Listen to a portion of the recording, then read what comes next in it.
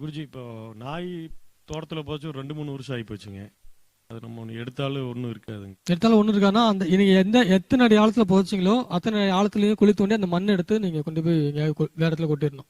அடுத்து நம்ம சுடுகாட்டிலே போட்டுடலாம். ஆமா, சுடுகாட்டுல போடக்கூடாது, தண்ணியில விட்டுறணும். தண்ணியில் விட்டு. ஆமா, இப்போ உதாரணத்துக்கு ஒரு 5 அடி ஆழத்துல நீங்க அதை புதைச்சிருக்கீங்க, ஒரு ஒரு ஒரு 5 கஞ்சி குழி வெட்டி ஒரு 5 அடி ஆழத்துல புதைச்சிருக்கீங்கன்னா, திரும்ப ஒரு 10க்கு 10 அளவுக்கு குழி வெட்டி இன்னொரு 10 அடி ஆழம் குழி நோண்டி எல்லா மண்ணையும் தரவா எடுத்து அதுக்கப்புறம் வேற மண்ணை ஊற்றி கொட்டிடணும்.